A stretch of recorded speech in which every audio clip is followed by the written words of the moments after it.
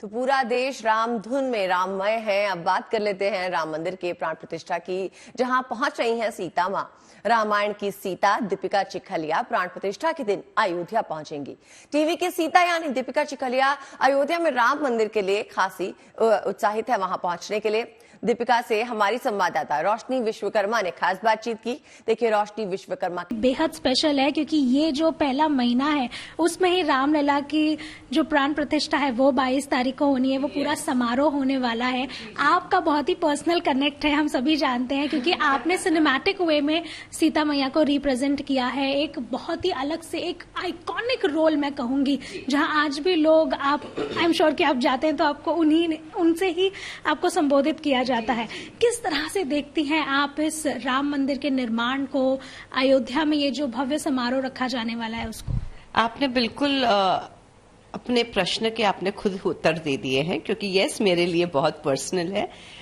हिंदुस्तान के लिए राम जी आ रहे हैं वापस अयोध्या 500 साल के बाद, लेकिन मेरे लिए बहुत पर्सनल विक्ट्री है, क्योंकि 18 साल की उम्र से हमने राम का नाम जपा है, रामायण में सीता का रोल प्ले किया है, और उसके बाद जब पॉलिटिक्स में भी थी तब राम के मुद्दे पे बहुत सारी मैंने बातें भी कही है।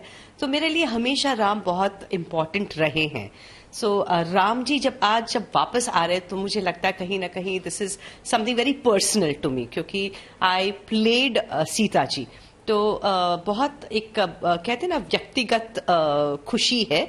एंड ऐसे लगता है कि कोई अगर फैमिली में कोई प्रसंग होता है और किस तरीके से खुशी होती, मुझे वो टाइप की खुशी महसूस हो रही है। मैं समझती हूँ ये हिस्टोरिकल इवेंट है, हिस्टोरिकल डेट है, एंड आई नो कि आने वाले बहुत सारी पीढ़ियां ये कहेगी कि भाई 2024 में राम जी का मंदिर बना था। तो मतलब बहुत बड़ी बात है, हिस्टोरिकल बात है, लेकिन for me it is something that touches my heart. Yes. में हर कोई बहुत ही ज्यादा देख रहा है कि किस तरह से अयोध्या में आने वाले दिनों में वो पहुंच पाए, और हम जानते हैं कि 22 जनवरी को बहुत भव्य समारोह रखा गया है, बहुत सारी हस्तियां आने वाली हैं। आपकी किस तरह की एक प्लानिंग है रामलला के दर्शन के लिए? फ्रैंकली मैंने कोई प्लानिंग नहीं की है, रीजन और है तो कोई प्लानिंग नहीं की है, लेकिन यस मैं वहां पे रहूंगी और मैं डेफिनेटली दर्शन करना चाहती हूँ और मैं वहां रहूंगी। सो आई डोंट नो प्लानिंग क्या करूं, कैसे करूं। इस वक्त तो इतनी सारी मतलब शूट्स के बीच में आई बीन बिजी विद धरती पुत्र नंदिनी, बट एक्साइटमेंट बहुत है, बहुत ज्यादा एक्साइटमेंट है। मैंने ऑलरेडी मेरी टिकट्स भी बुक कर ली हैं। एज सुन एज मुझे इन्विटेशन आया था दूसरे दिन ही मैंने बुक कर ली, एंड जाएंगे वहां पे जी। ऐसे में हम सभी जानते हैं कि कितना हिस्टोरिकल रहा है, और जब ये निर्णय भी आया था सामने तो कितना ही उत्साह की तरह सेलिब्रेट किया गया था। कितना आपको लगता है इम्पोर्टेंट है ऑल्सो फ्यूचर जनरेशन के लिए भी? किस तरह का संदेश होगा? और क्योंकि टूरिज्म को लेकर भी काफी ज्यादा बातें आ रही थी कि किस तरह से टूरिज्म को भी ये प्रभावित करने वाला है, या फिर इंडियन कल्चर की बात की जाए तो वो कहीं ना कहीं हम जानते हैं रामायण कितना ज्यादा महत्वपूर्ण है। सो आप किस तरह से देखती हैं?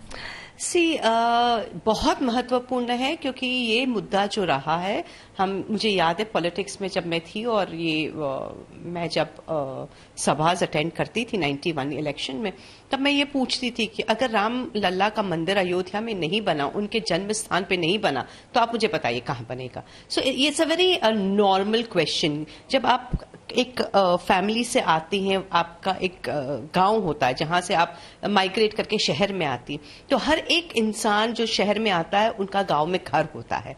तो जब एक इंसान का घर होता है अपने गांव में, तो हमारे भगवान का घर उनके शहर में, उनके जन्म स्थान पे क्यों नहीं है? तो it's a very logical thing.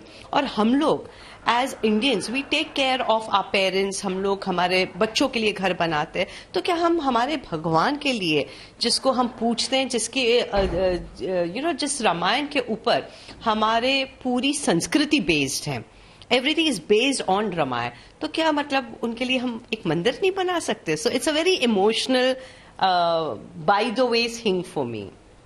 चलिए जाते जाते हम सभी को इंतजार होगा कि 22 जनवरी को कितना भव्य समारोह, और हम सभी उसको विटनेस करेंगे।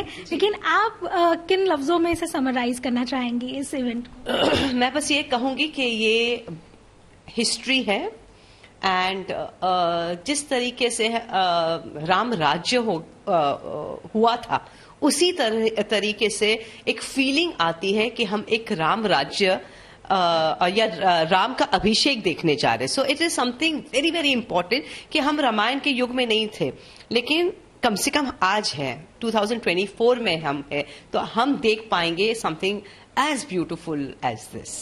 जी, हम भी उम्मीद रखेंगे कि 22 जनवरी को हम सभी ये जो एक भव्य समारोह है वो विटनेस कर सके. कैमरामैन आलोक दुबे के साथ रोशनी विश्वकर्मा, मुंबई.